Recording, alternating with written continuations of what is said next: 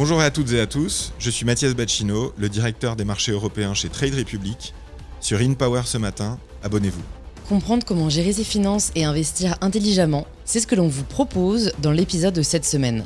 Mathias Bacchino, ancien trader chez les plus grandes banques du monde, quitte tout en 2020 pour se consacrer à ce qu'il passionne, l'éducation financière.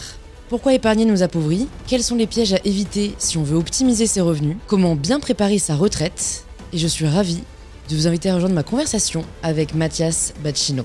Bonjour Mathias. Bonjour Louise. Bienvenue sur InPower.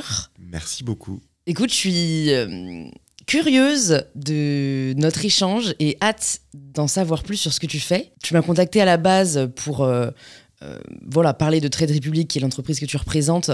Mais la particularité, c'est que contrairement à d'autres entreprises qui me contactent, tu m'as dit, écoute Louise, moi je viendrai que si je peux parler d'éducation financière.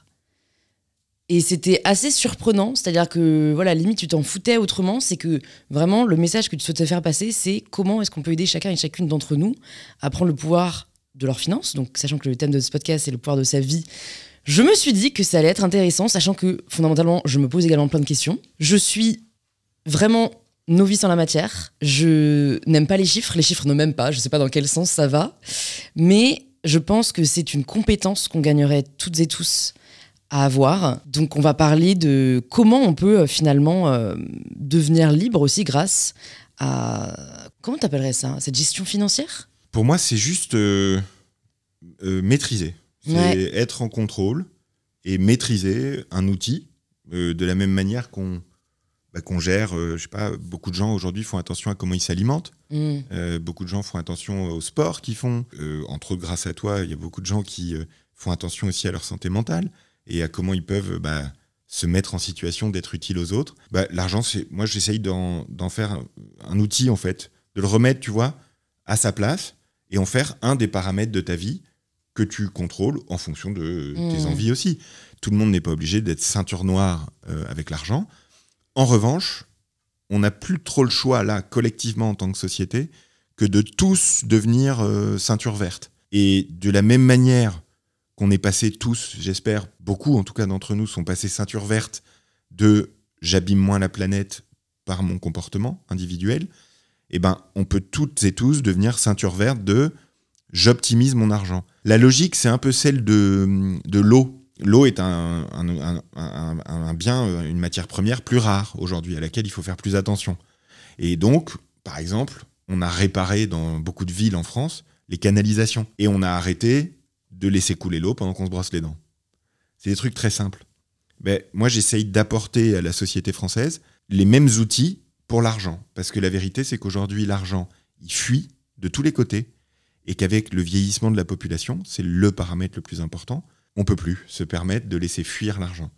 C'est ça qui est le combat qui est le mien. Et avec Trade Republic, la chance qu'on a, c'est que pour l'instant, comme il n'y a personne à part nous dans les banques et les assureurs qui croient en les gens, qui croient que les gens peuvent prendre en main leurs finances, on est les seuls à proposer tout un tas de produits en fait. Et c'est pour ça aussi, d'un point de vue plus marketing, et là en termes de stratégie d'entreprise, qu'on peut se permettre, et c'est ça que j'adore moi avec cette boîte, de faire de l'éducation financière sans avoir besoin spécialement d'être commercial, si tu veux, d'être vendeur, entre guillemets, parce que quelqu'un qui est un petit peu plus éduqué financièrement, assez naturellement en ce moment, il devient client de Trade Republic, en fait. Et donc, c'est cette mécanique-là, où moi, ça a été une rencontre avec les fondateurs de Trade Republic, deux jeunes Allemands, entre autres, où je me suis dit, en fait, tout ce que j'ai appris, tout ce que j'ai découvert dans mon parcours et personnel et professionnel face à l'argent, il y a peut-être moyen, là, aujourd'hui, d'en faire quelque chose, une sorte de package, tu vois, utile aux gens. Et moi, ce qui m'intéresse beaucoup là-dedans, c'est que c'est surtout utile aux classes moyennes et aux classes populaires. Qu'est-ce qui, toi, t'a conduit à t'intéresser aux finances ? Parce qu'en plus, juste avant de commencer, tu me disais que tu avais fait Cagne, Hippocagne, Sciences Po et que fondamentalement, moi je me dis, erreur de casting, je n'aurais pas choisi la finance. Moi, j'ai un fond je crois, de sociologue ou de journaliste, je pense, tout au fond de moi, il y a ça chez moi. Et comme toi, je suis pas particulièrement passionné par les chiffres. C'est pas un truc, je peux pas dire qu'ils m'aiment pas, mais on s'ignore assez royalement, quoi, les chiffres et moi. C'est pas trop mon truc. En fait, moi, C'est parce que, tout simplement, j'ai eu comme énormément de gens, hein, et puis pour beaucoup de gens, c'est bien pire, évidemment, mais j'ai eu des incidents dans ma vie avec l'argent. Et il se trouve que j'ai vu aussi des gens très mal gérer leur argent, en souffrir beaucoup, que ça ait des impacts même sur leur santé. J'ai vu des gens prendre des décisions inhumaines, catastrophiques, méchantes, stupides, à cause de l'argent et des émotions hors contrôle totalement que ça générait chez eux. Et j'ai vu aussi ce qu'avoir de l'argent pouvait permettre d'accomplir, ce qui est souvent quelque chose de positif. On a cette perception dans la société française de quelqu'un qui a de l'argent va s'en servir pour faire des choses plutôt négatives, soit polluer, soit penser qu'à sa gueule ou acheter des objets de luxe. La vérité, c'est que l'immense majorité des gens, quand ils ont un peu d'argent, ils le donnent aux autres, ils s'occupent de leurs proches, ils financent les études des enfants, ils entreprennent, ils montent des boîtes, ils créent des jobs. Enfin, en fait, la vérité, c'est que l'argent est souvent très utile à plein de gens et qu'ils en font plutôt du bien.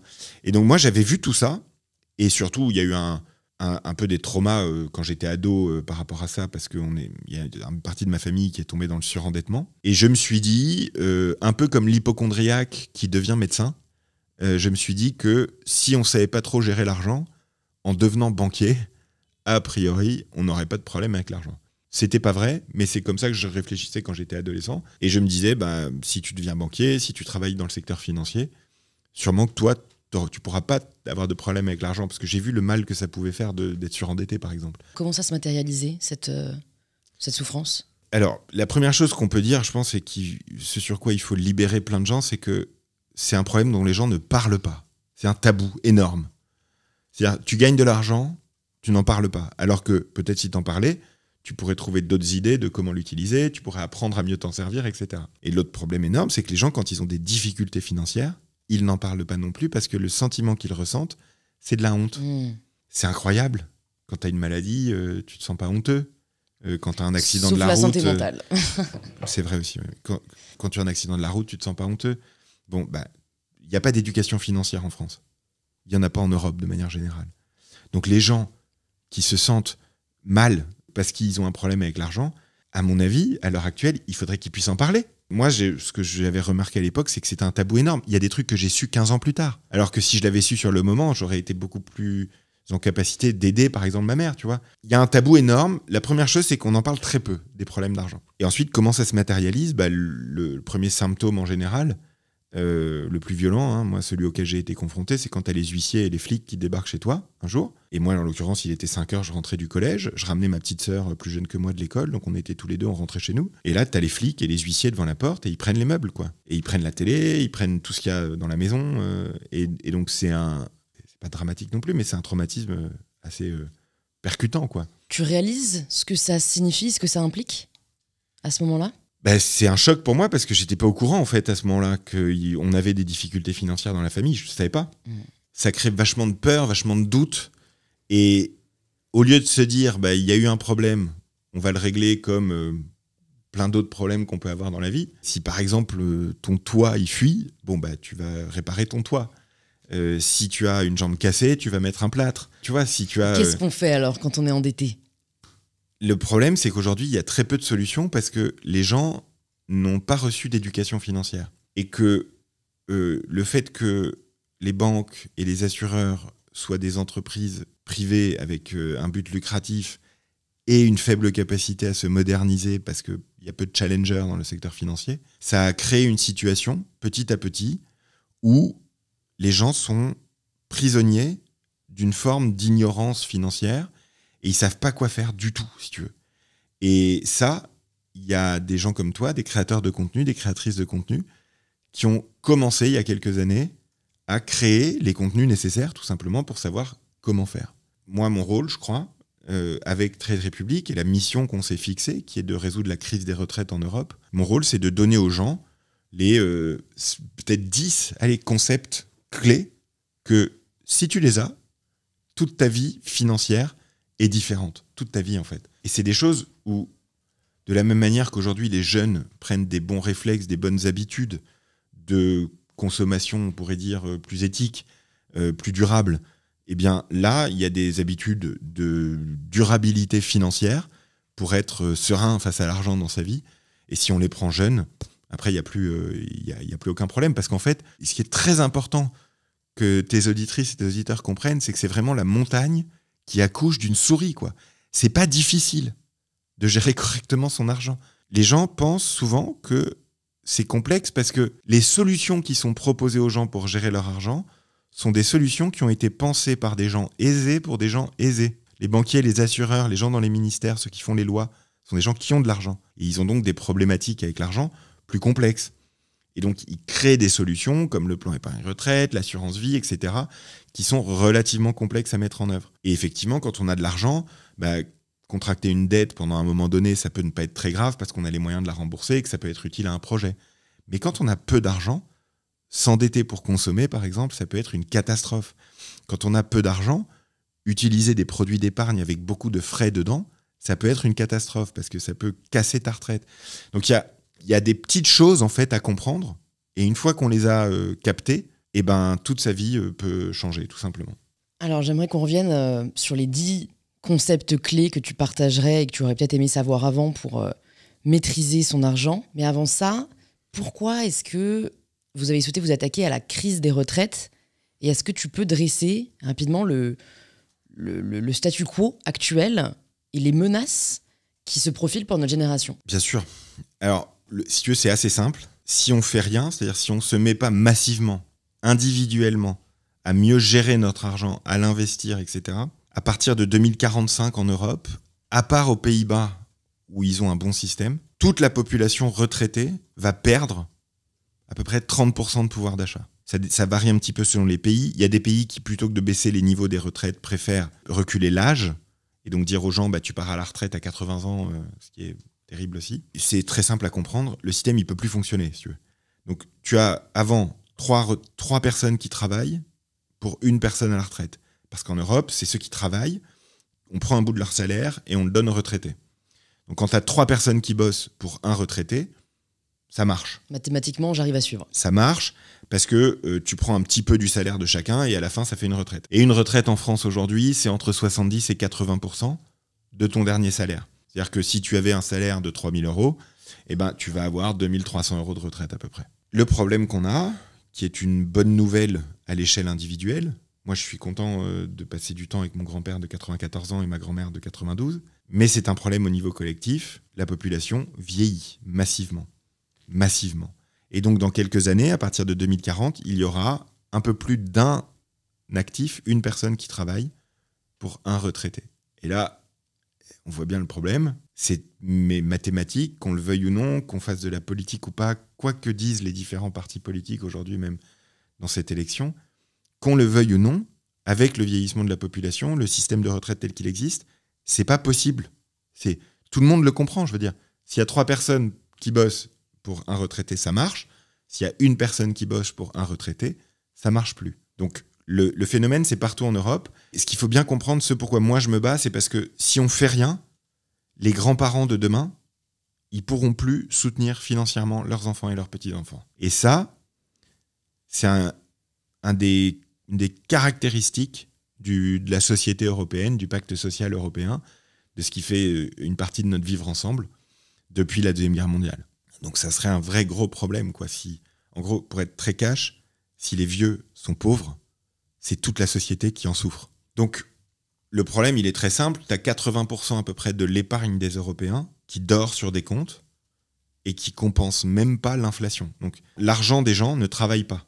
L'argent des gens, il dort sur des comptes parce qu'en Europe, on a eu tendance à considérer que l'argent, c'était un stock, un truc qu'on accumulait. Oui, qu'il fallait à tout prix le préserver par peur qu'il disparaisse. Alors qu'en fait, l'argent, c'est un flux, c'est quelque chose que tu utilises, c'est une ressource que tu utilises, c'est un outil, c'est pas une valeur. Il y a des gens, beaucoup dans les boomers, beaucoup, qui culturellement avaient un peu créé une sorte de dieu argent, tu sais. Et on disait d'ailleurs, le temps, c'est de l'argent. Ouais. Nous, on pense, et je crois que c'est ton cas aussi, et je pense que c'est le cas de la génération Z de manière générale, de dire l'argent, c'est du temps. C'est plus le temps, c'est de l'argent, c'est l'argent, c'est du temps. C'est-à-dire que l'argent, c'est un outil qui te permet de faire des choses. C'est un outil qui te permet de créer des entreprises, d'aider tes proches, de faire des voyages, de vivre des expériences, de te consacrer à une passion. C'est un outil, l'argent, en fait. Et donc, voilà, c'est ça qu'on essaye d'apporter. Le tableau, il est vraiment catastrophique pour la France. Hein.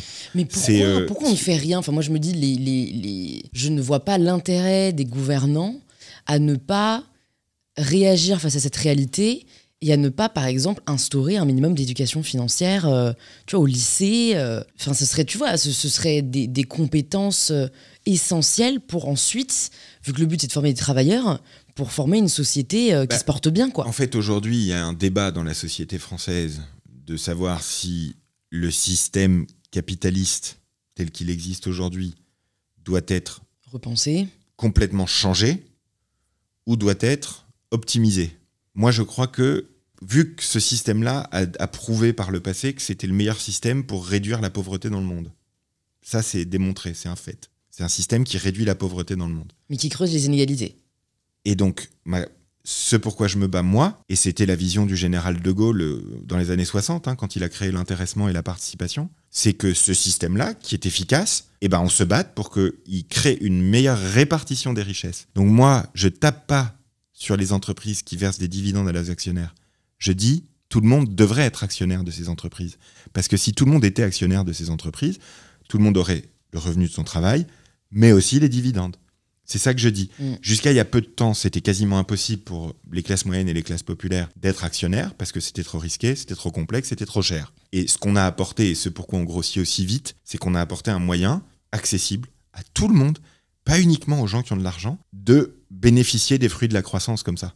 Mais donc, qu'est-ce que tu mon enjeu à moi, c'est d'aller aider plein de gens à prendre leur part de la croissance économique parce que tout le monde y contribue.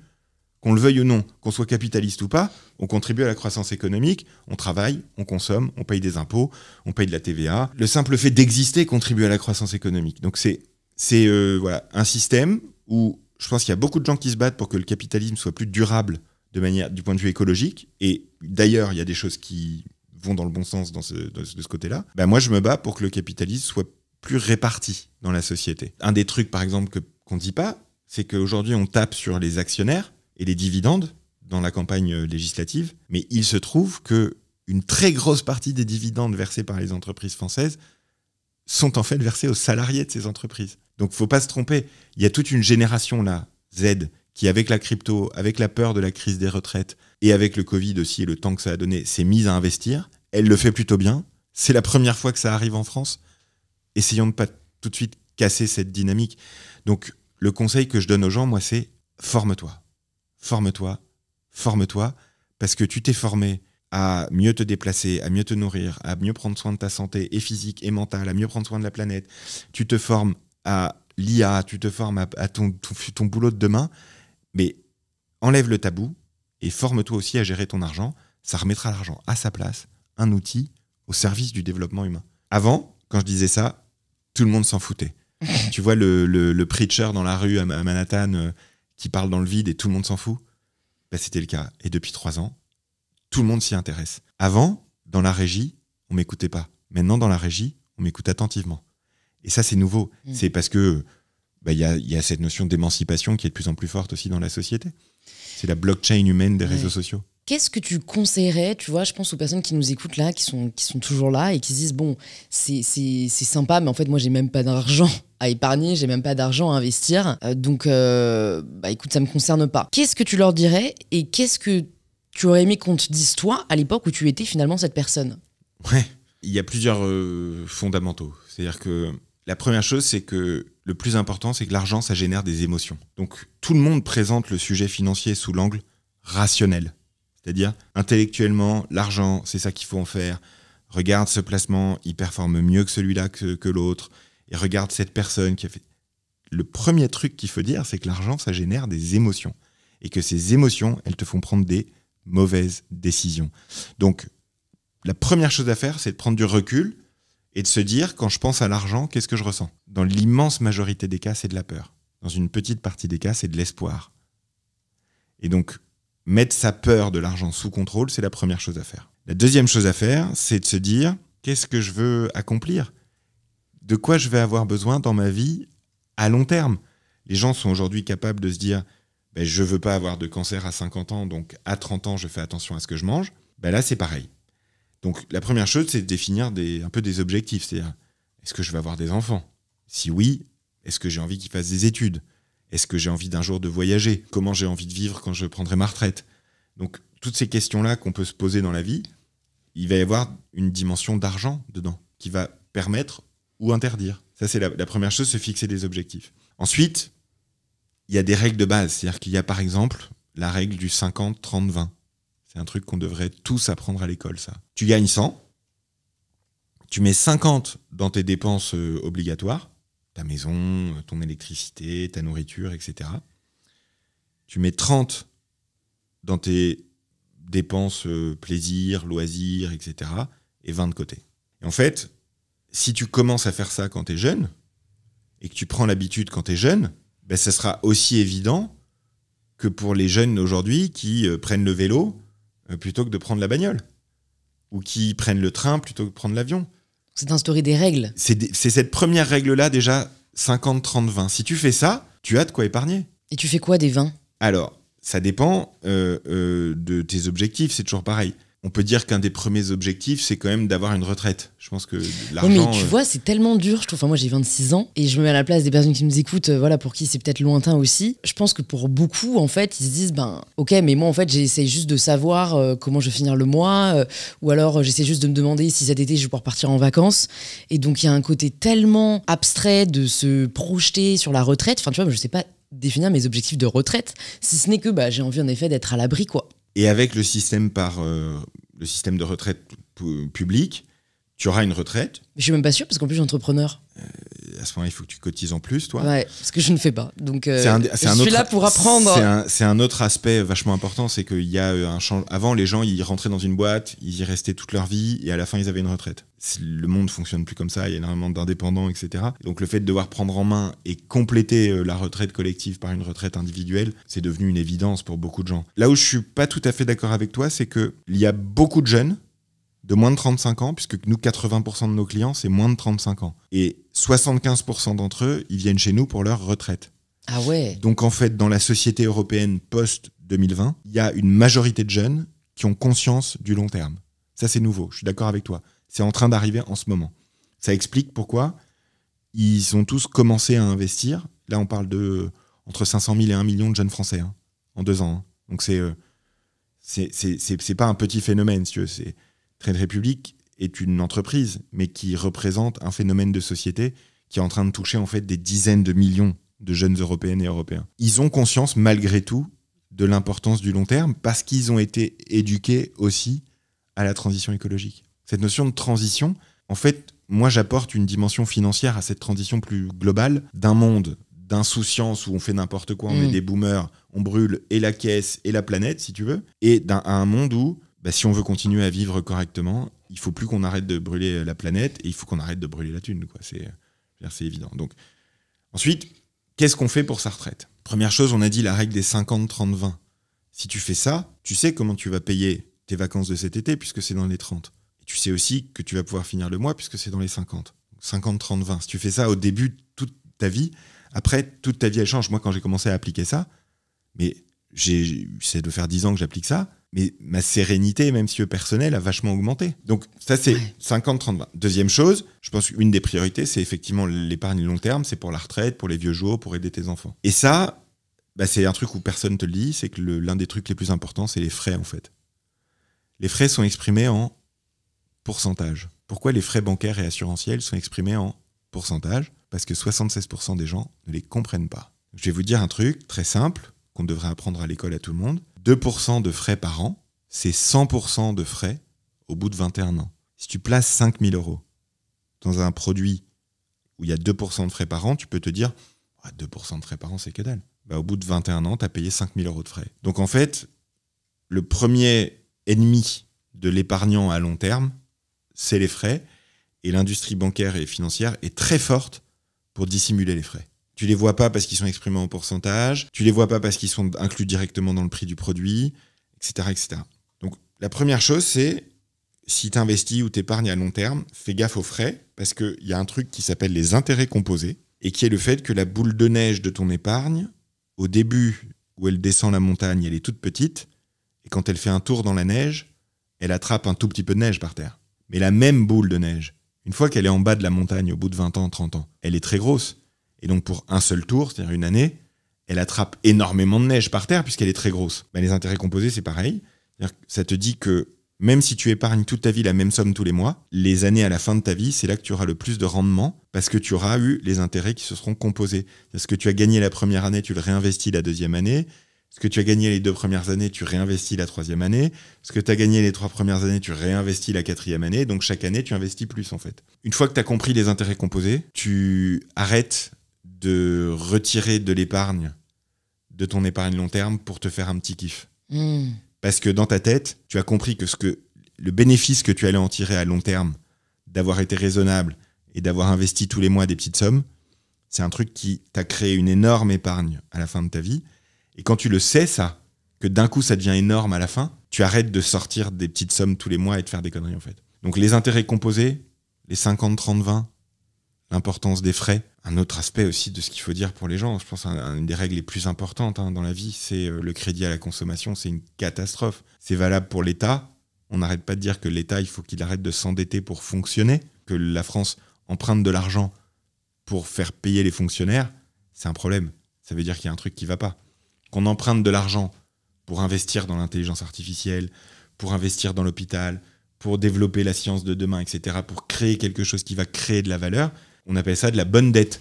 C'est-à-dire tu t'endettes, mais pour investir. Peut-être toi, tu as fait une dette pour acheter un appart, par exemple, ou alors une dette pour développer une entreprise. Ben ça, c'est ce qu'on appelle une bonne dette. Ce qui détruit vachement les gens en France aujourd'hui, c'est le surendettement. Et le surendettement, c'est souvent lié au crédit à la consommation, où on te dit, tu peux acheter des trucs qui sont au-dessus de tes moyens en t'endettant.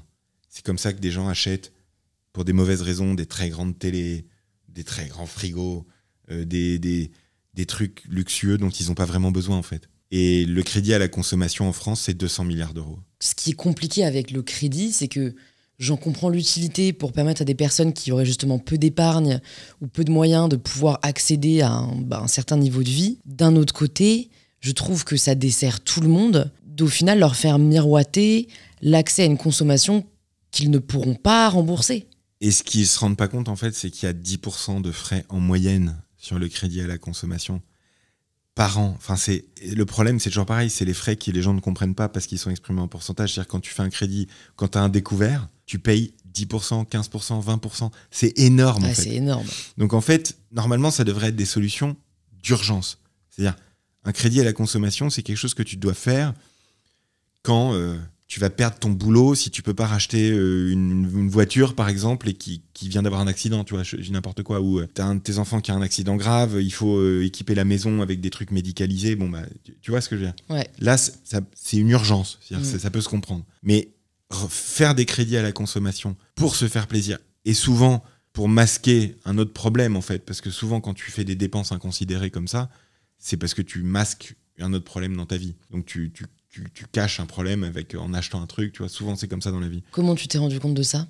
Souvent les gens, enfin ce qu'on sort dans les enquêtes d'opinion aussi beaucoup, hein, c'est que les gens bouchent un vide en surconsommant, souvent. Voilà. Et après, donc c'est sociologique, tu vois, on en revient sûr, toujours à la sociologie. Toujours. Le système laisse faire parce que personne n'a su jusqu'à présent construire une entreprise bancaire, une banque comme nous par exemple, qui permet à la fois de grossir et de gagner de l'argent, tout en servant aux gens des produits utiles pour la société. Et comment les gens qui, par exemple, vont sur Trésor Public, ou moi, si jamais je veux y aller, on peut savoir, je pense que c'est ça qui bloque beaucoup de gens, c'est la peur de mal faire, tu vois. Comment est-ce qu'on peut savoir quel produit prendre, quel risque ça comporte, tu vois, comment est-ce qu'on peut réussir à avoir assez confiance en nous et déconstruire les idées reçues qu'il peut y avoir autour de l'investissement. Il y a des faits très puissants, des réalités très fortes, qui sont choquantes et qui te permettent de réaliser qu'en fait, c'est pas difficile.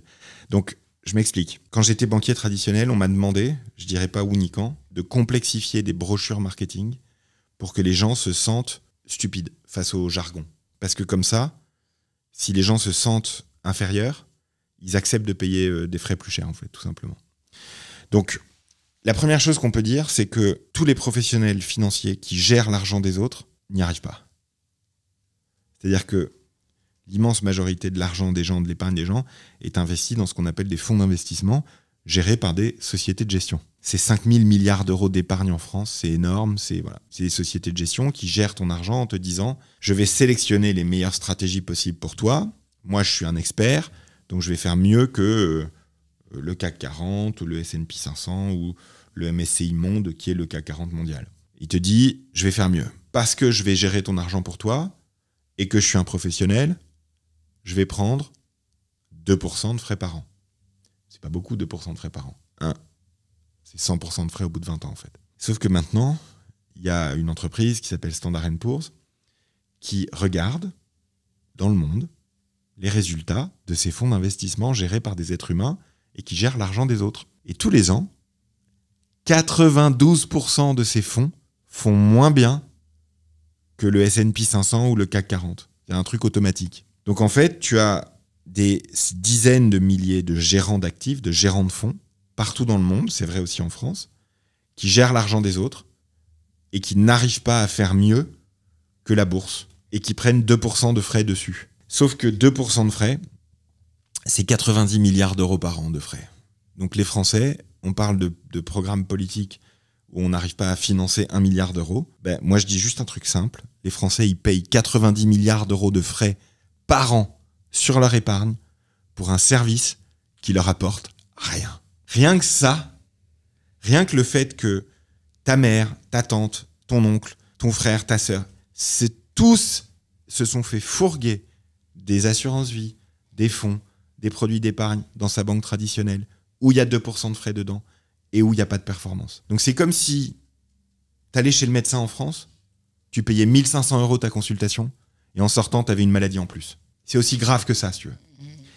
Et ça, les journalistes, ils avaient beaucoup de mal à le dire au grand public, massivement, parce que les banques et les assureurs payent les médias pour la publicité. Les pouvoirs publics ont énormément de difficultés à le dire aux gens, parce que les pouvoirs publics ne croient pas que les gens sont capables d'eux.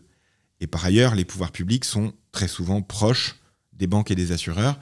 Je le sais, je gère les affaires publiques d'une start-up depuis 3 ans à l'échelle européenne, et je vois très bien ce que l'industrie financière est capable de faire avaler au pouvoir public, c'est incroyable. C'est incroyable, si tu veux. Donc, quand tu prends tout ça et que tu rajoutes par-dessus une culture européenne qui était plutôt distancée par rapport à l'argent, tu crées un angle mort. Un angle mort de la société où personne ne regarde, où il y a des morts, parce que dans les angles morts des camions, c'est là qu'il y a des accidents, mais où personne ne voit, personne ne regarde, personne n'en parle. Et cet angle mort-là, en 2020, il y a un triple phénomène, réforme des retraites, arrivée des cryptos, Covid, qui a braqué les projecteurs sur cet angle mort de la société. Et d'un coup, tout le monde s'en est saisi. Donc 90 milliards d'euros de frais par an sur l'épargne des gens en France, sans aucune plus-value. C'est incroyable. Faut réaliser, quoi. 2, on peut plus laisser l'argent dormir sur des comptes. Aujourd'hui, en France, il y a à peu près entre 30 et 40 milliards d'euros, ça fait plus de 500 € par an par foyer, qui disparaît face à l'inflation. L'argent, il dort sur des comptes. L'inflation, elle est là. L'argent, il dort pas. Il meurt sur le compte. C'est ça, je me permets d'insister là-dessus. C'est si là, il y a des personnes qui nous écoutent, qui finalement, même sans le savoir, appliquaient un peu la règle des 50-30-20 et qui, finalement, ont l'impression que parce qu'ils mettent de côté, on va dire, 200 € tous les mois, ils épargnent. En fait, est-ce que tu peux nous dire, fondamentalement, à la fin de l'année, ce que ça représente, ce qu'ils ont perdu, notamment à cause de l'inflation, et surtout, comment est-ce qu'on pourrait mieux l'investir ? Ça représente à peu près 500 € par foyer français. C'est énorme, si tu veux. C'est par an. Enfin, voilà, pour l'immense majorité des gens, c'est énorme. Et en ce moment, en plus, il y a pas mal d'inflation. Donc, c'est un problème considérable. Normalement, une fois qu'on sait les 50-30-20, une fois qu'on sait les intérêts composés qu'il faut investir à long terme dans la durée, une fois qu'on sait que les frais composés, c'est en fait le plus gros ennemi de ton épargne, on peut se demander sur, effectivement, quoi investir. Comment épargner, comment investir. Parce que, en fait, ce qui s'est passé depuis quelques années, c'est que tout a été mis accessible. C'est-à-dire qu'avant, il y avait des minima. Avant, les services financiers, les bons produits d'épargne étaient réservés à ceux qui avaient déjà beaucoup d'argent. Depuis quelques années, pour à peu près tout, que ce soit l'immobilier, les actions, l'or, à peu près tout a été, il n'y a plus de minima. C'est-à-dire, tout le monde peut investir, c'est accessible à tout le monde aujourd'hui. Oui, vraiment là, en plus je parle pour moi, tu vois. Si jamais j'arrive à mettre 200 € de côté chaque mois, qu'est-ce que tu me conseilles de faire ? Est-ce que tu me conseilles d'investir mensuellement ? Est-ce qu'une petite somme ? Est-ce que tu me conseilles à la fin de l'année, avec ce que j'ai réussi à mettre de côté, à faire un gros investissement ? Est-ce que je crois que le conseil assez principal, c'est de diversifier ? Ouais. Enfin, tu vois, là, si on applique vraiment un cas concret, qu'est-ce que je fais de ces, en gros, à la fin de l'année, 1000 €, tu vois ? Je peux te dire ce qui marche, ce qui fonctionne, et les chiffres et les stats. La première chose qu'on doit savoir, c'est qu'il faut avoir 3 mois de salaire ou de revenus de côté, c'est ce qu'on appelle l'épargne de précaution. Par an ? Ton coussin de sécurité. Il faut avoir ça en permanence. En permanence. La première épargne que tu fais en général quand tu es en France, c'est un livret A. Et avoir sur son livret A, qui paye 3% par an, donc tu tiens à peu près face à l'inflation actuellement. Avoir sur son livret A 3 mois, 4 mois de revenus, c'est bien. Parce que si d'un coup tu te fais virer, si tu as un accident, s'il y a un pépin, s'il faut racheter une machine à laver parce qu'il y a eu des inondations, s'il faut je sais pas quoi, tu as ce qu'on appelle le matelas de sécurité, l'épargne de précaution, le coussin de sécurité, appelle-le comme tu veux, 3 à 4 mois de revenus de côté en cash, comme ça. Et ensuite, ce qui marche le mieux à long terme, c'est les actions. Mais c'est pas de choisir une action, c'est d'acheter toutes les actions du monde entier. Avant, c'était pas possible, maintenant c'est possible, c'est un truc qui s'appelle les ETF. Il y a énormément de contenus aujourd'hui qui ont été créés sur ce que sont les ETF, comment s'en servir, etc. Il y a des livres qui sont publiés, y compris par des jeunes d'ailleurs, parce que c'est un outil principalement utilisé par les jeunes aujourd'hui. Donc aujourd'hui, ce qui marche le mieux depuis 120 ans, ce qui ramène dans le monde entier plus de 5% par an en moyenne depuis 120 ans, en tenant compte des guerres, des crises, de tout ce que tu veux, de ce qui s'est passé dans le monde depuis 120 ans, c'est les actions. Mais ce qui marche, c'est pas de choisir une action, parce que ça, c'est très difficile. Ce que je t'expliquais tout à l'heure, c'est que les professionnels, les gérants actifs qui essayent de le faire, ils n'y arrivent pas. Ce qui marche, c'est d'avoir le plus d'actions possible du monde entier. Parce que comme ça, tu es exposé à un truc qui fonctionne depuis 120 ans, qui est la croissance économique mondiale, en fait. Donc, ça s'appelle un ETF. C'est quoi l'acronyme ? Exchange Traded Fund. C'est-à-dire un fonds coté en bourse. Ah parce oui, que comme ça, tu peux l'acheter et le vendre très facilement. C'est accessible. Okay. ETF, voilà. C'est un des outils principaux. En France, il y a un autre outil qui est très utilisé, qui est la résidence principale, l'immobilier. Et là, pour le coup, c'est ce qu'on appelle de la bonne dette, c'est-à-dire je fais un crédit immobilier à long terme et ça me permet d'acheter ma résidence principale. Là, ça paraît aussi évident que pour moi, le plus rapidement tu arrêtes de payer un loyer ou tu rembourses un crédit pour acheter de l'immobilier, c'est une évidence. Moi, c'est un des trucs que je regrette le plus. C'est que j'ai attendu très tard dans la vie pour faire un crédit immobilier et acheter de l'immobilier. Et je le regrette beaucoup. Comment t'aurais fait si t'avais pas forcément les moyens avant ? En fait, ce que moi, on m'avait pas dit, c'est que une des clés de la réussite financière, c'est qu'au tout début, quand t'es jeune, il faut réussir à augmenter tes revenus sans augmenter ton niveau de vie. Et moi, dans les années 2000, j'ai commencé à travailler en finance. Et en finance, ça brille. Il y a des considérations sociales, tu vois, très fortes, où il faut avoir cette cravate, il faut avoir cette paire de pompes, il faut aller en vacances à ces endroits-là, il faut avoir cette montre, etc. J'ai pas su, moi, étant jeune, ne pas augmenter mon niveau de vie avec mes revenus tout de suite, en fait. Et c'est stupide, et je le regrette aujourd'hui. Un autre aspect aussi, c'est dans la diversification, il y a les actions, il y a l'immobilier. Depuis quelques temps, il y a aussi les cryptos. Mais il y a aussi un autre truc qui s'appelle l'or. Avant, acheter de l'or, ce qui est bien de l'or, c'est qu'en général, quand les actions se pètent la gueule, c'est l'or qui monte. Donc souvent, ça se compense. C'est pour ça que diversifier, avoir plusieurs trucs, c'est hyper important. Ce que dit l'AMF, l'autorité des marchés financiers, c'est que si tu es diversifié dans tes investissements et que tu investis pour plus de 20 ans, dans 98% des cas, tu gagnes de l'argent. Ça, c'est des choses simples. Diversifier, avant, c'était pas possible. Maintenant, c'est possible, ça s'appelle un ETF. Avant, acheter de l'immobilier, c'était compliqué. Aujourd'hui, le crédit immobilier, c'est accessible à tout le monde. Avant, investir dans les cryptos, il fallait aller sur un truc louche sur Internet, etc. pour essayer d'investir. C'était compliqué. Aujourd'hui, c'est accessible. Pourquoi il y a encore autant de scepticisme autour des cryptos ? Il n'y en a pas tant que ça si tu regardes, parce qu'il y a autant de gens qui ont des actions que donc qui ont des cryptos. Ah ouais. Donc en fait, ça s'est bien démocratisé. Là où il y a du scepticisme, c'est pas tellement sur le Bitcoin ou l'Ethereum qui aujourd'hui font un relatif consensus que c'est des outils utiles. C'est plutôt sur tous les autres petites cryptos où là effectivement c'est très très risqué, c'est très dangereux parce qu'on sait pas si ces projets vont aboutir. Et donc, il y a beaucoup de gens qui ont utilisé la cupidité des autres et l'envie des autres, et entre autres des classes populaires, de s'enrichir rapidement, ce qui est un truc contre lequel je m'oppose moi très fortement, parce que c'est pas possible de s'enrichir rapidement en bourse, c'est faux, c'est très difficile. D'abord, il faut être ceinture verte, après ceinture bleue, après ceinture jaune, etc. Tu peux pas gagner beaucoup d'argent en bourse rapidement, c'est pas vrai. Oui, il y a quelques mecs et filles qui ont eu du bol et qui ont acheté la bonne crypto au bon moment et qui ont gagné beaucoup d'argent. Oui, c'est arrivé. Le refaire, c'est quasiment impossible. Essayer de le refaire, consacrer du temps et de l'énergie à essayer de le refaire, c'est stupide parce que ça va t'empêcher d'adopter des bonnes pratiques de long terme. Quels sont les conseils dangereux et que tu aimerais déconstruire aujourd'hui? Tu vois passer avec la montée des créateurs et des créatrices de contenu qui conseillent comment gagner de l'argent. Je trouve que c'est un phénomène qui, là aussi, a pris de l'ampleur ces dernières années, qui est évidemment attirant et puis qui capitalise sur une vulnérabilité liée au contexte économique et social. Est-ce que toi, parfois, tu vois passer ces vidéos, ces contenus et tu te dis, mais on peut pas dire ça, vraiment.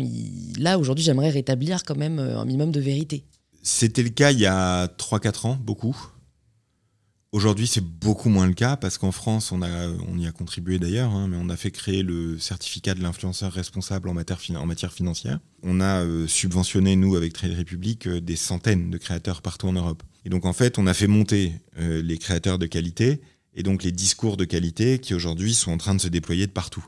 Donc, moi, je suis sur le cul. Mais alors, extrêmement étonné, quoi, de la vitesse à laquelle les bons concepts se sont diffusés. C'est à peine croyable. C'est-à-dire, moi qui étais un peu désespéré de ces sujets-là, de voir à quelle vitesse les bons concepts se sont diffusés, c'est fabuleux. Ensuite, il faut différencier deux choses. Il y a d'un côté les arnaqueurs, c'est-à-dire ceux qui vont te faire une arnaque en te vendant du rêve. C'est valable sur les cryptos, c'est valable pour les formations au trading, c'est valable souvent dans l'immobilier.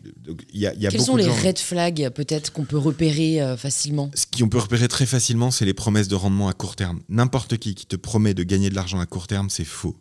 C'est faux. Il y a un moment donné où il faut simplifier. Alors, t'en as peut-être un, c'est vrai, mais il y en a 1000, c'est faux, si tu veux. Donc, moi, je simplifie un peu. Je dis, ceux qui te promettent du rendement de l'argent à court terme, c'est des menteurs. Ceux qui te promettent de suivre quelqu'un d'autre, les investissements de quelqu'un d'autre, c'est des menteurs. Il y a 92% des professionnels qui n'y arrivent pas.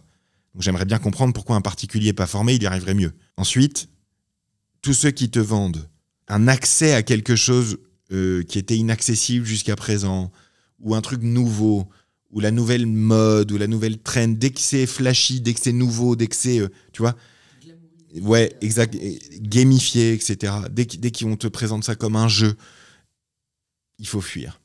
Donc en fait, la vérité, c'est que l'immense majorité des contenus disponibles sur les réseaux sociaux aujourd'hui en matière financière sont de bonne qualité, mais qu'il y a aussi un phénomène réel qui est que, comme beaucoup de gens s'y intéressent, et qu'il y a beaucoup de nouveaux. Nous, on a des millions de clients en Europe. On a plus de 4 millions de clients en Europe, des centaines de milliers en France, 80% ont moins de 35 ans, 60% de nos clients n'avaient jamais investi avant. Donc, jamais du tout, des gens comme toi. Donc, le truc, c'est que quand il y a une vague énorme d'intérêt dans la société, il y a aussi avec les arnaqueurs, les profiteurs, qui viennent et qui se saisissent de ce sujet-là. Et on a vu en France pendant 10 ans les arnaques au compte personnel de formation. Quand la formation personnelle, quand la formation continue est devenue un sujet en France, il y a eu des arnaques au compte personnel de formation. C'était sur les téléphones à l'époque, les SMS. Ensuite, il y a eu la rénovation thermique des bâtiments. Et là, sur les réseaux sociaux, le nombre d'arnaques à la rénovation thermique des bâtiments, c'est énorme. Bon, en ce moment, depuis 3 ans, les gens s'intéressent à leur épargne, à leur argent, à comment ils peuvent faire à long terme pour investir et pour arrêter, entre guillemets, de se faire avoir par leurs banquiers, pour arrêter de perdre de l'argent face à l'inflation, pour arrêter d'avoir des retraites de merde et d'avoir peur de vieillir pauvre. Et comme il y a beaucoup d'espoir, il y a beaucoup de gens qui veulent s'en saisir, il y a aussi des arnaqueurs qui sont arrivés. On est en train de faire le ménage en soutenant les bons, mais ça prend du temps. Le plus important qu'on puisse faire, c'est d'éduquer les gens, les promesses de rendement, les trucs louches, les gens qui t'appellent. Et d'ailleurs, j'en profite pour dire que Trade Republic fait aussi l'objet d'arnaques, puisqu'il y a des gens qui utilisent la marque Trade Republic, qui est très populaire aujourd'hui, en faisant des arnaques avec. Donc putain, nous, on se fait usurper. Mais même moi, ce matin, en venant ici, j'ai ma mère qui m'appelle pour me dire « Cyril vient de m'appeler, tu l'as contacté sur Facebook ce matin pour lui proposer un investissement incroyable. il a eu un doute en voyant ton message, est-ce que c'était bien toi ? Donc non, c'était pas moi qui avais proposé à mon cousin Cyril de mettre 30 000 € sur les actions Porsche ce matin parce que c'était la bonne idée de le faire tout de suite. Donc même moi, je fais l'objet d'usurpation d'identité alors que je suis nobody. Enfin, tu vois, Donc comme il y a beaucoup de demandes d'éducation financière, il y a aussi des arnaqueurs qui arrivent. Tu t'es déjà fait arnaquer ? Moi ? Ouais. Est-ce qu'il y a un investissement que tu regrettes ou tu vois pas de côté ? Alors moi non, mais il y a plein de copains qui regrettent d'avoir fait des investissements immobiliers défiscalisés qu'on appelle Pinel. Ça, c'est un autre truc qu'il faut dire aux gens aussi, très important. J'en parle pas parce que ça concerne pas vraiment les classes moyennes, les classes populaires. C'est plutôt pour les jeunes qui gagnent bien, qui gagnent correctement leur vie, on va dire. En France, on a mis comme principal facteur de comment tu t'occupes de ta thune les impôts que tu payes. Ce qui est absurde. C'est-à-dire c'est complètement fou, quoi. C'est absurde de dire j'épargne pour payer moins d'impôts. D'abord, il faut épargner pour gagner de l'argent, pour faire fructifier son argent. Sinon, ça sert à rien, si tu veux. Il y a un enjeu énorme autour de ce Pinel parce que ça a fait acheter des appartements pourris à des gens juste pour défiscaliser. De la même manière, tu investis pas pour défiscaliser. C'est pas vrai. Tu investis pour faire travailler ton argent pour plus tard. Donc, ce paramètre-là est une catastrophe. Là aussi, c'est parce que c'est des gens aisés à Bercy, ministère des Finances, qui, en discussion avec des gens aisés dans les banques et les assureurs, se sont dit comment on peut encourager les gens à investir ? Comment on peut encourager les gens à investir dans les entreprises européennes ? Eh ben, on va leur faire payer moins d'impôts. Il y a 2 problèmes. Le premier problème, c'est que ça concerne que les gens qui payent des impôts. Il y a la moitié des gens qui ne payent pas d'impôts. Ils ont le droit d'avoir une bonne retraite aussi, je veux dire. Donc là, il y a un mépris social de classe qui est énorme déjà, qui moi me rend dingue. Ensuite, tu as énormément de gens qui vont croire que payer moins d'impôts en taille, en euros, ça va être plus important que les frais qu'ils vont payer, par exemple. 80% des avantages fiscaux donnés aux gens sur l'épargne partent en frais. Les banques et les assureurs, ils sont pas fous. Là où il y a un avantage, où ça va attirer du monde, ils augmentent les frais. Donc l'assurance vie, défiscalisée, 2% de frais par an, c'est énorme. Et c'est partout pareil en Europe. À peu près 80%, c'est mon estimation à moi personnelle, des avantages fiscaux donnés par les États, donc donnés par nos impôts, par nous, aux gens pour qu'ils investissent dans la bonne direction, tels que, en tout cas, les pouvoirs publics estiment qu'ils ont besoin, ça part en frais. Donc en fait, on dit l'assurance vie, c'est bien, utiliser l'assurance vie, et c'est là où il y a le moins d'impôts. Premièrement, c'est pas vrai pour plein de gens. Il y a plein de gens pour qui c'est pas vrai de dire que l'assurance vie, c'est là qu'ils vont payer le moins d'impôts, c'est pas vrai. Et deuxièmement, en fait, ça va partir en frais pendant tout le Lyon et tu te retrouves avec des milliers de témoignages de gens de notre âge, de nos âges, de notre génération, qui découvrent que leurs parents ont des contrats d'assurance vie qui, depuis 20 ans, n'ont rien rapporté, sauf des frais à l'assureur. C'est à peine croyable, si tu veux. Donc, toutes ces situations-là sont des situations ubuesques et sur lesquelles, avec quelques concepts clés, le 50-30-20, les intérêts composés, les frais composés, la mauvaise dette, le crédit conso, le fait de diversifier, le fait d'investir à long terme dans les actions parce que c'est ça qui marche le mieux. Tous ces concepts-là, tu vois, on commence à en avoir égrené quelques-uns déjà. Faire attention à ce qui t'est présenté comme un avantage fiscal alors que ça n'en est pas un. Ben, tout ça cumulé, c'est à peu près 200 milliards d'euros par an qui peuvent être rendus aux Français, comme ça, juste avec un peu d'éducation. Et donc, les pouvoirs publics, eux, ils pensent, c'est encore le cas dans des rapports que tu vois aujourd'hui sortir, il faut bloquer l'argent des gens pour qu'ils soient obligés de le garder jusqu'à leur retraite.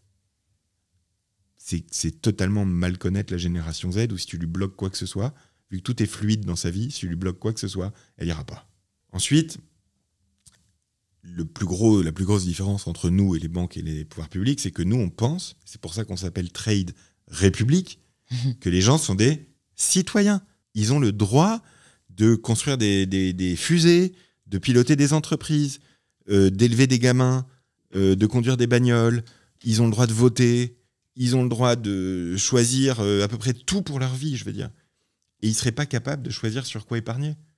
Donc, moi, ce que je dis, c'est tout le monde peut commencer avec un ETF monde entier, 30 € par mois, et déjà, tu t'assures un complément de retraite. Juste ça. En fait, tu sais, je pense que c'est l'éternelle réalité de la difficulté à assumer la responsabilité qui vient avec la liberté. Tu vois, je pense que c'est plus simple d'accepter que tu as moins fait d'argent parce que ta banque ou ton gestionnaire a mal géré tes fonds, que de se dire que c'est à cause de ton investissement que peut-être tu as moins bien fructifié ton argent. Donc comment est-ce qu'on peut minimiser ce risque-là, surtout si on débute et qu'encore une fois on est face un peu, je pense, à ce doute de soi. Tu vois, si par exemple moi je mets mes 30 ou 50 ou 100 euros dans les ETF chaque mois, comment je fais pour suivre le cours de ces investissements et comment est-ce qu'on peut, nous, agir pour essayer peut-être de, tu vois, j'ai même pas les termes, mais de le gérer comme il faut si on voit que ça part dans la mauvaise direction. Il y a un truc qui fonctionne très très bien pour ces profils-là, c'est d'automatiser.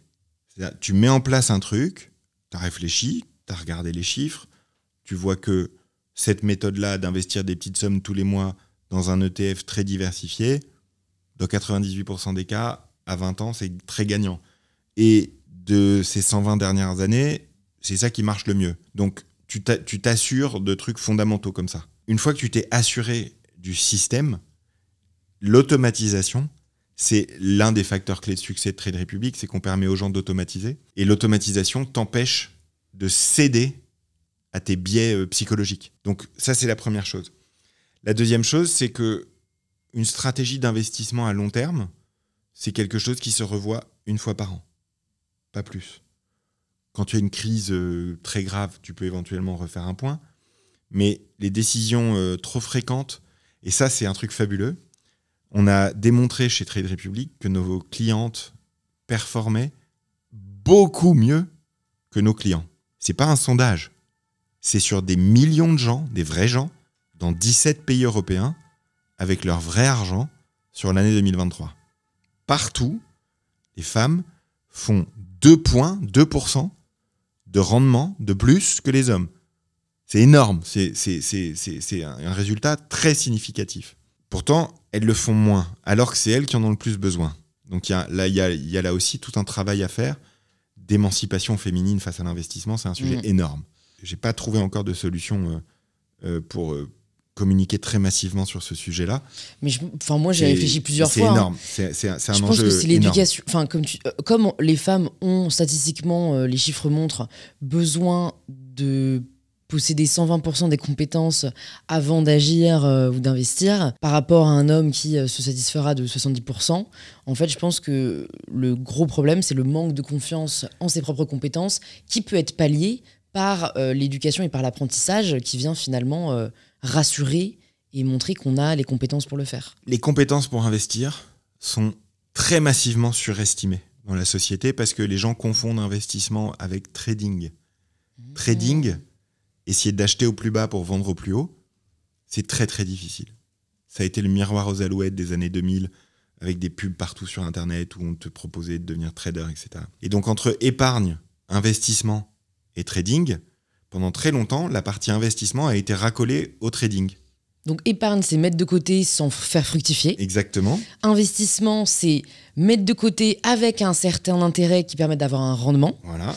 Et trader, c'est une action où on essaye de shorter, d'acheter au plus bas pour vendre au plus haut. Vendre au plus haut ou shorter éventuellement si on pense que ça va baisser, etc. Où là, c'est extrêmement risqué. C'est-à-dire que moi, j'y arrive pas encore. Ça fait, mais alors pourquoi vous êtes appelé Trade Republic? C'est con. J'ai envie de te dire que dans Trade Republic, il y a Trader Public. Ouais, il y a aussi trade. Trade, c'est le commerce, en fait. Ouais, ok, c'est pour ça, ok. Mais je me demande dans la tête des gens si ça crée pas un amalgame, tu vois. Ben, moi, j'aime bien cet amalgame-là parce que ça permet de le débunker. Ok. Comment s'appelle la plus grosse banque en ligne en France? Revolut? Non. Boursorama. Ok. Et dans Boursorama, il y a bourse. Il y a bourse. Plus personne n'entend. Ouais, c'est pas du tout une bourse. Ce que les gens entendent, c'est Trade Republic. Ils entendent République. Trade Republic, c'est la République du commerce. C'est ça que ça veut dire. L'énorme focus qui a été fait sur le trading, bah, ça a empêché les gens de percevoir l'investissement pour ce qu'il est, c'est-à-dire en fait un truc assez chiant. C'est assez boring l'investissement en fait. C'est de se dire qu'est-ce qui va marcher pour 20 ans. Tu vois, moi je mets 50 € par mois dans le secteur de l'eau par exemple. Bon, j'ai pas fait Polytechnique, tu vois, pour me dire que le secteur économique de l'eau, a priori, dans les 50 ans qui viennent, c'est un secteur qui va être important. Enfin, tu vois. Et on a tous la capacité de faire ça, en fait, de prendre ces décisions-là. On a tous la capacité de le faire. Et si on n'a pas la capacité de le faire, on prend un ETF, monde entier, et comme ça, au moins, on touche un peu des fruits de la croissance économique. Dédramatiser le sujet, apporter des règles, apporter de la base, de l'éducation financière, c'est ce qu'on fait. Pour l'instant, on le fait avec des créateurs de contenu. Demain, on le fera à la télévision. Moi, je suis en train d'essayer de le faire dans un livre. Et peut-être qu'un jour, tous ensemble, on pourra célébrer le fait que l'éducation nationale en France s'est enfin saisie du sujet et a mis en place en 3e pour toutes et tous des cours d'éducation financière. Parce que tu as 15% de la population qui reçoit de l'éducation financière. Ça se passe où ? C'est rien. Dans la famille. Ça se passe que dans la famille. Et donc, si tu n'as pas des parents qui savent gérer, tu ne reçois pas d'éducation financière, donc tu gères mal ton argent, donc tu ne peux pas en gagner plus, donc tu restes pauvre. C'est un cercle vicieux ou vertueux. Exactement. Et donc, nous, on a essayé de casser ça en amenant l'éducation financière. On va continuer de le faire. Moi, ce qui me surprend le plus, c'est la puissance avec laquelle les gens partagent, en fait. Ça, c'est magnifique. Ma fille de 10 ans m'envoie une citation. « Dans la vie, il n'y a rien à craindre et tout à comprendre. Il est temps de comprendre davantage pour avoir moins peur. » Ça, c'est Marie Curie. Et depuis quelques mois, quand je me présente, ce que je dis, c'est que j'essaye d'aider les gens à avoir moins peur de l'argent. Je ne veux pas donner dans cette vidéo tous les aspects techniques. Moi, ce que je veux, c'est décoincer les gens. Oui. Et surtout les classes populaires, surtout les jeunes, surtout les femmes, surtout ceux qui sont le plus éloignés de ça, en fait. Tous les autres, ils vont s'en sortir. Je suis pas inquiet pour eux. Je suis pas inquiet pour eux. On me demande qu'est-ce que tu fais pour les CSP+, etc. Rien. Il y a plein de gens qui s'en occupent. Il y a toute l'industrie bancaire et financière qui s'en occupe. D'accord ? Nous, on s'occupe du reste. Parce qu'eux aussi, ils ont le droit d'avoir une bonne retraite et qu'il n'y a aucune raison que tout le monde contribue à la croissance économique alors qu'il n'y a qu'une petite partie des gens qui en touchent les fruits. Il est temps de comprendre, comme dit Marie Curie. Et comme dit ta fille. Ouais. Non, mais Louise. c'est ça, voilà. Elle s'appelle Louise aussi ? Ah oui. Décidément, t'as bon goût. Non, mais c'est vrai, voilà, ce que je voulais dire, c'est que l'investissement a toujours été tellement inconsciemment associé à la richesse et à une forme d'aisance. Et on commence à comprendre que c'est un outil d'émancipation. Énorme. Et qui peut vraiment faire la différence dans un monde qui reste tellement inégalitaire qu'en fait, on va pas attendre que... c'est vraiment une forme d'empouvoirment au sens propre du terme. Direct. C'est-à-dire que... On n'attend pas que les autres le fassent pour nous. Non, l'argent, ça fait pas le bonheur. Je peux t'en parler. L'argent, ça fait le confort et la sécurité. Une fois que tu as le confort et la sécurité, c'est vrai que tu peux faire d'autres trucs, hein, malgré tout. Et si tu n'as pas le confort et la sécurité, il y a des trucs que tu peux pas faire. Donc, des exemples très simples, très concrets. De tes 20 ans à tes 30 ans, tu mets 30 balles, 50 balles de côté par mois. À 30 ans, bah, tu as 50 000 balles devant toi pour entreprendre. C'est pas la même quand même. Si tu peux entreprendre à 30 ans, ta vie, elle change. Tu vois ce que je veux dire ? Si tu fais pas ça, tu arrives à 40 ans, 45 ans. Tes enfants, ils ont 18 ans. Ils veulent partir dans une autre ville de province. Tu gagnes pas suffisamment pour leur payer les études. Si t'as pas mis de côté, tes gamins, ils font pas les études. Tu fais pas ça pour ta retraite. Quand vient le moment de la retraite, t'es obligé de déménager. Tu peux plus avoir une deuxième chambre chez toi pour accueillir tes petits-enfants. Tu peux plus aller te soigner. Si on fait rien, l'enjeu, c'est quoi ? Moi, je bosse dans la tech. Oui, on fait du marketing comme Netflix chez Trade Republic. Mais je veux rappeler un truc quand même. Netflix, si ça tombe pendant 1 mois, si ça marche plus, il n'y a personne qui meurt. Airbnb, si ton Airbnb il n'est pas comme sur les photos qui est tout pourri, au pire tu te fais engueuler par ta femme et tes gamins, il n'y a personne qui meurt. Quand ton Uber il vient pas, dans 99,99% des cas, il n'y a personne qui meurt. Mais si tu n'épargnes pas pour ta retraite, la vérité c'est qu'il y a des gens qui mourront plus tôt. Parce qu'ils ne pourront pas se soigner, parce qu'ils ne pourront pas s'alimenter correctement, parce qu'ils ne pourront pas vivre dans des endroits bons pour eux, etc. Donc c'est un enjeu hyper important. L'argent, ça fait pas le bonheur. L'argent, c'est pas Dieu. C'est pas une valeur en soi. Mais c'est un outil. Et moi, je trouve que la génération Z, elle se saisit du monde pour faire un monde qui nous ressemble davantage. Et ben, l'argent est un des aspects. Et moi, je suis là pour les décoincer par rapport à ça. Rétrospectivement, est-ce que tu identifies ce que tes parents auraient pu faire différemment pour éviter de avoir l'incident qu'ils ont vécu quand tu étais ado ? Bah, bien sûr, ouais. Bien sûr. Quels ont été les écueils ? Bah, ma mère, moi, elle a une phobie administrative déjà. Donc elle ouvre pas les factures, si tu veux. Ah putain, moi aussi. Bah ouais, mais il y a un moment où c'est... En fait, ça se retourne contre toi. Bah, c'est, oui, comme... Ne pas ouvrir ses factures, ne pas ouvrir son courrier. C'est comme continuer de cloper. Tu vois ce que je veux dire ? C'est des petites négligences qui, comme ça, au fil du temps, te créent des grandes catastrophes. Donc, Moi, je trouve qu'on vit dans une société où il y a beaucoup d'injonctions. C'est-à-dire, on te dit beaucoup, fais ci, c'est bien, fais ça, c'est bien, fais ci, tu seras quelqu'un de bien, tu vois. Et c'est pas toujours pour toi, en fait. C'est souvent pour les autres ou pour le collectif. Bah là, il y a quelques règles de base que tu peux acquérir et qui vont te faire du bien à toi et te permettre de faire du bien aux autres. Vas-y, quoi. Donc moi, ma mère, l'erreur principale qu'elle a commise, c'est de pas en parler. C'est de garder ça pour elle. C'est d'être honteuse. Parce que c'est comme ça que petit à petit, en fait, dans l'ombre, la catastrophe, c'est gros. Parlez-en. Parlez-en. Si vous avez des problèmes avec l'argent, venez sur Reddit. Il y a 300 000 personnes dans le truc Vos Finances. Ils sont bons. Ils sont forts. Ils vont vous aider. Il y a des milliers de gens qui ont envie de vous aider aujourd'hui. Et c'est anonyme. C'est anonyme. Ouais. Mais allez-y, parlez-en. Venez sur Twitter, venez sur Insta. Venez en parler. C'est en exposant le problème. Il y a plein de parties de notre vie sociale, de notre vie collective où on est en train de libérer la parole. Sur l'argent, c'est pareil. L'erreur principale que les gens font, c'est de ne pas en parler. Et quand on n'en parle pas, on est victime d'arnaque. Quand on n'en parle pas, on prend des mauvaises décisions, on continue à creuser le trou au lieu de construire la montagne. Quoi. Donc si on récapitule les les conseils pour que je et toutes les personnes qui nous écoutent prennent le pouvoir de leurs finances. D'abord, appliquer la règle du 50-30-20 par rapport à nos revenus. Comprendre les intérêts composés. Attends, j'essaie de récapituler pour voir si j'ai retenu. Ah, vas-y. Comme à l'école. Comprendre les intérêts composés. Faire attention aux frais cumulés, c'est ça le terme? Ah ouais, les frais composés. Voilà, les frais composés aussi. Mettez les frais en euros, vous allez halluciner, quoi. De ce que Passez vous donnez, les frais du pourcentage à l'euro. Demandez-vous combien vous payez vraiment. Ouais. Ensuite, investir dans les ETF ou en tout cas les produits qui sont statistiquement les plus safe et les plus rémunérateurs. Diversifier. C'est le mot-clé. C'est qu'un ETF, c'est par essence diversifié. Ah ouais, c'est la diversification. C'est ça qui marche. Dans la vie, il n'y a pas de secret, on ne met pas tous ses œufs dans le même panier. Ça marche aussi. Enfin, l'investissement, c'est quasiment que du bon sens. Tu vois, je reviens juste sur ce que je disais tout à l'heure, mais quand on a fait l'étude sur les performances boursières chez nous des femmes par rapport aux hommes, on en a profité pour faire le petit test que tu mentionnais tout à l'heure. Les hommes ont dit « Je pense que je vais bien répondre aux questions que tu vas me poser ». Et les femmes ont dit « Je pense que je ne vais pas savoir répondre aux questions que tu vas me poser ». Et on a posé des questions économiques de base, et évidemment, les femmes ont mieux répondu que les hommes. C'est tellement important. C'est vous qui avez le plus de risques de dépendance financière, c'est vous qui avez le plus de risques de retraite, vous souffrez déjà d'autres injustices. Là, il y a un truc où vous êtes forte. Vous êtes forte. C'est d'investir.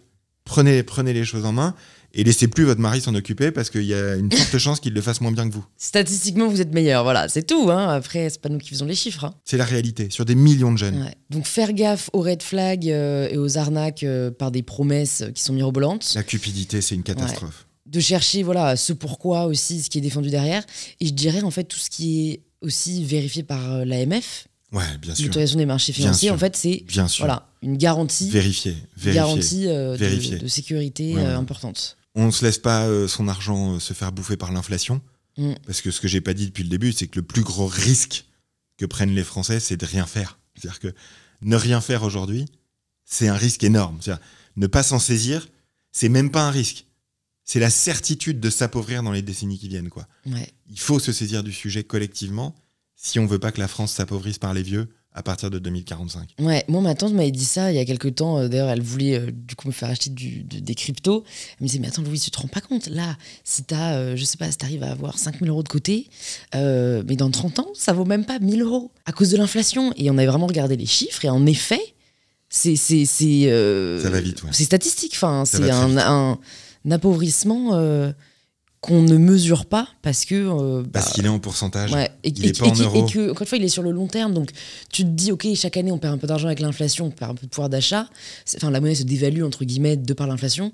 Mais en fait, on ne se rend pas compte dans 20, 30, 40 ans ce que ça donne. C'est 700 € par foyer français par an, l'inflation. Rien que ça. Les frais bancaires, c'est encore plus. Donc, mettez en euros. Faites passer tous les pourcentages qu'on vous présente. Si vous n'arrivez pas à le faire vous-même, demandez à quelqu'un de le faire pour vous. Forcez votre banquier à le faire. Mais ça, c'est un point absolument essentiel. Est-ce qu'on a oublié quelque chose ? On peut dire que maintenant, il y a des moyens d'épargner beaucoup plus facile qu'avant aussi, avec l'arrondi sur les dépenses. Nous, on a une carte qui est le plus gros lancement d'une carte bancaire dans l'histoire européenne. Hein. Il y a 1 million d'utilisateurs en 5 mois. Donc, c'est un très gros succès. C'est la carte miroir. Tu l'as peut-être vu passer. C'est par ailleurs un objet assez oui, sympa. j'en ai entendu parler, ouais. Voilà, c'est une carte qui est un miroir en acier brossé. Et cette carte, elle te rend 1% de ce que tu dépenses en épargne. Le cashback, c'est bien. Le save back, c'est mieux. Donc, tu vois, typiquement, il y a aujourd'hui plein d'outils où tu peux arrondir tes dépenses et investir automatiquement ce qui est arrondi. Ça fait quelques euros par mois. À ta retraite, ça te fera des centaines de milliers d'euros. Les intérêts composés, toujours. Donc, voilà, des choses comme ça. Ayez le courage, occupez-vous-en. Trouvez des gens de confiance sur les réseaux sociaux. Il y en a plein. Il y a le Reddit de vos finances. Il y a plein de créatrices de contenu, de créateurs de contenu qui sont certifiés, qui font les choses bien. Il y a des médias traditionnels aussi qui existent aujourd'hui encore et qui font aussi des choses bien. Donc il y a tout ce qu'il faut aujourd'hui. C'est la première fois dans l'histoire de France qu'il y a enfin tout ce qu'il faut pour se former et reprendre en main son argent. Faites-le, vous serez plus heureux, pas à cause de l'argent, mais à cause du temps que vous allez libérer, de la sérénité que vous allez gagner, de cette capacité d'agir que vous allez avoir. Merci beaucoup Mathias pour ce cours. Ça m'a rappelé que les cours me manquaient.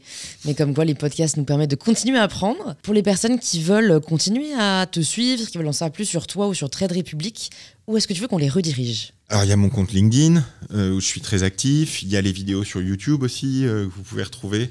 Et on a un compte aussi sur X, qui est très actif avec Trade Republic France. Okay. Et sur Instagram, Trade Republic Global, on regarde, on répond. Ok, je mettrai tout ça dans les notes du podcast. Et merci pour ce que tu fais, vraiment. Merci à toi, Louise, de m'avoir donné la parole.